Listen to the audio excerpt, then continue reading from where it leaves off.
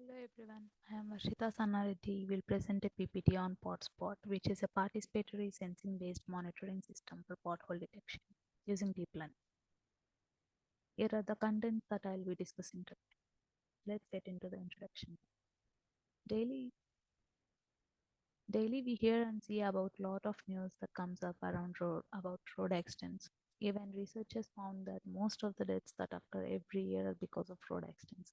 There are many factors that cause accidents like rash driving, potholes, drunken drive, and maybe more. One of the major factors that is focused in this paper is potholes.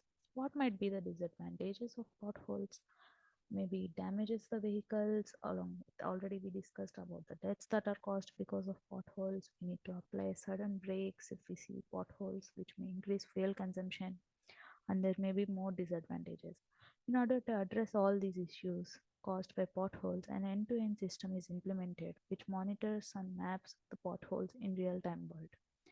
This integrates pothole detection system with Google Maps service. So here is a deep neural network model which is used to detect the potholes. This is a model which has many layers to analyze the images in the pixel form and identify the potholes. This model takes a training data set here around they used like 3,400 500 images which are used to learn how it works and then gives the output for real-time images provided. It is integrated with cloud services to improve its performance and scalability. Let's go to the objective part. As we have seen, there are many issues that are caused because of potholes. Main aim is to detect potholes and provide a spatial mapping which consists of all the locations related to the potholes and help people to identify other possible routes. So here is an application. Here will they design an application for real-time detection, monitoring, and spatial mapping of potholes. Coming to the related work that for this paper. The paper is proposed by Nunes, who implemented a framework to classify the urban road surfaces. This framework filters the data and classifies the road conditions based on the data collected and also the data that is shared by the users through different devices. Another paper, which is a probabilistic generative model developed to detect the cracks at pixel level. This method selects the data and performs evaluation using various machine learning and artificial intelligence techniques, and perform pixel level analysis and figure out whether there is a pothole after combining all the pixel attributes. So these are the related works that are previously implemented. And after analyzing all the previous works, this paper came up with advancements in their model compared to the previous. All the above model implemented that we see are not really monitoring the real-time experience. So they mostly worked on the data that already exists. It makes no sense in the real world to implement the real-time scenarios, right? So they came up with a real-time monitoring technique which is known as participatory sensing. The accuracy and scalability of model are also not guaranteed in the previous works. They use cloud services in order to improve the scalability. Also, they used Google Maps API service helps to mark the locations of potholes and help user to identify the preferred routes based on that. Let's briefly see about what the actual problem statement is. Sorry. Given a dataset of images and the place where they are located, this can be identified by retrieving the latitude and longitude of the locations. Like for any data point on the map, we can just find out where it is located using the data latitude and longitudes. So this location is corresponded to the image that is provided. So the actual problem statement is to create application which can be operated by using users for detecting the potholes using deep neural network in background and use Google Cloud services to store the training images dataset and also for storing the data that is being tested by the users for future references. Google Maps API services is used to locate the potholes based on the stored data on Google Cloud and deep neural network training model. By end of this implementation, we should be able to operate an Android application for taking pictures and then process internally and finally display map with potholes located. This is overall problem statement. So let's check with the solution that they came up with. There is a huge amount of data that is used for training. So if we end up downloading the huge amount of data into our device, then it may affect the performance of the devices. So the Google Cloud Storage service provided by GCP is used to store the data. An application is developed as a user interface to get access to the data from people using participatory sensing. The camera and location and vibrations that are sensed from the car movements, which may sometimes help in predicting the potholes based on the vibration levels. Like when we go through a pothole, then the car may vibrate more instead of going on a smooth road. So they also retrieve the vibration levels of the car as a data point, and this data is directly stored in the Google Cloud Storage. A deep neural network is used, which is trained by the image dataset that were stored in cloud. After training the model, the information and the visuals of the road they are traveling in is sent as a testing data. To implement the model and evaluate whether it has potholes or not, the trained data and the test data is used. And if there are any potholes, then the location of the pothole is fetched in the Google Cloud Storage and is sent to the Google Maps API service, which will be in the form of latitude and longitudes. The location then will be marked on the Google Maps and are displayed to users to check where all potholes are there and help to choose between the routes. Let's see the system architecture and its implementation. Excuse me. First, we load the dataset of 3,500 images into cloud storage, and then this data is sent for training the deep neural network model, in which we write Python scripts for training the dataset. Then the TensorFlow model and the T-Flight model are implemented, which are parts of deep neural network to help the model to train based on the images and helps in finding the potholes. Then this data is sent to the cloud storage again for further usage by this step. By this step, the training phase of the model will be completed. This is actually the basic background work that should be done for a model that requires training before starting an application.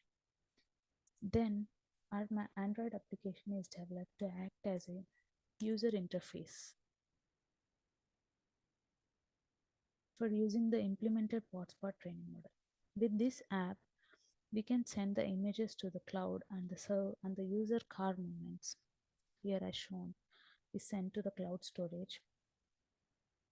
And then this data is then again sent to the deep neural network model to act as a testing data. And then it is implemented using the model that is already trained. And then all the data retrieving from the user can check and analyze that they have potholes. Then this data is sent to our trained model, and learning this is called testing phase.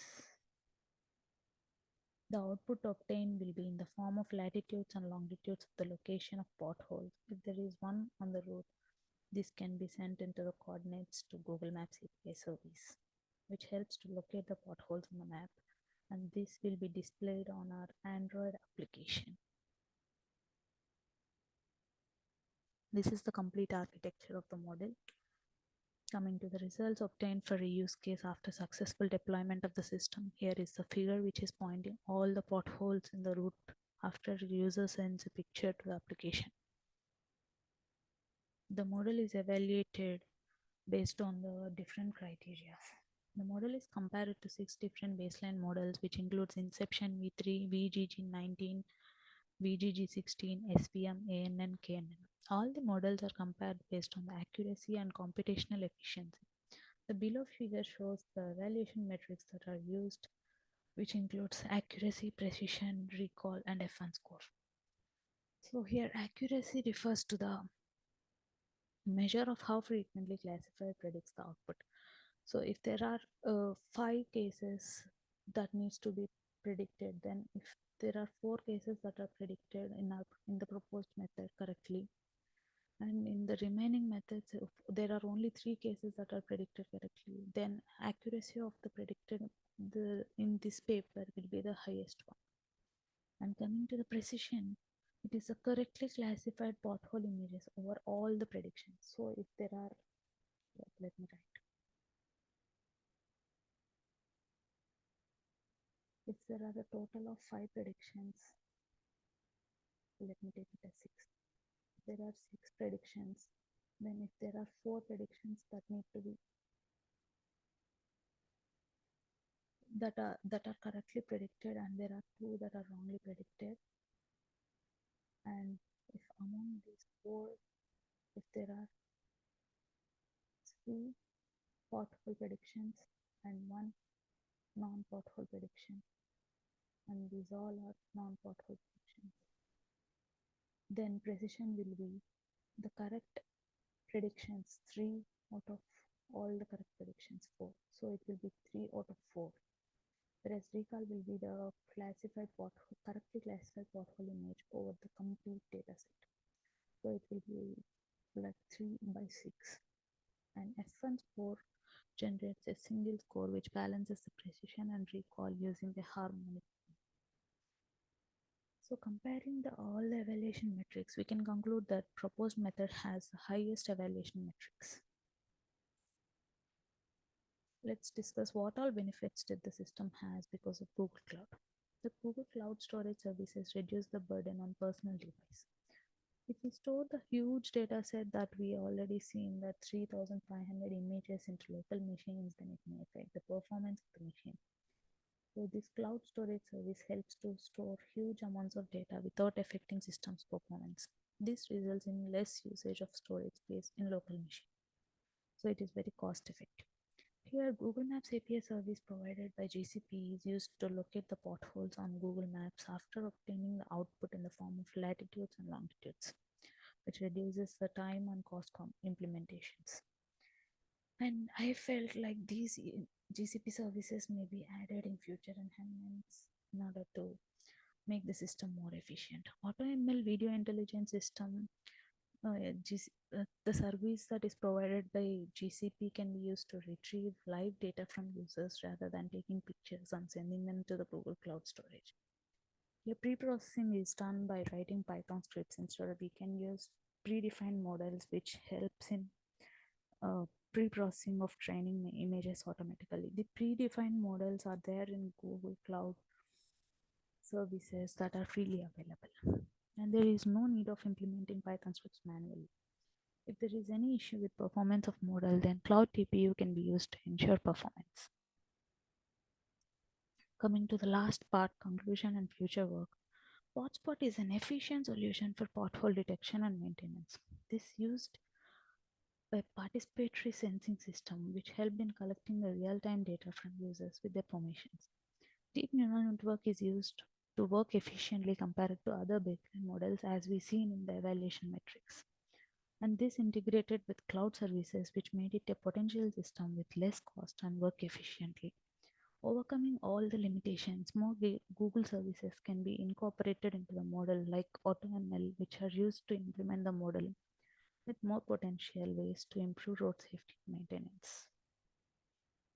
Here are the references, and this is all about the paper Hotspot, which is a participatory sensing based monitoring system for pothole detection using deep learning. Thank you for staying with me till last to hear my presentation.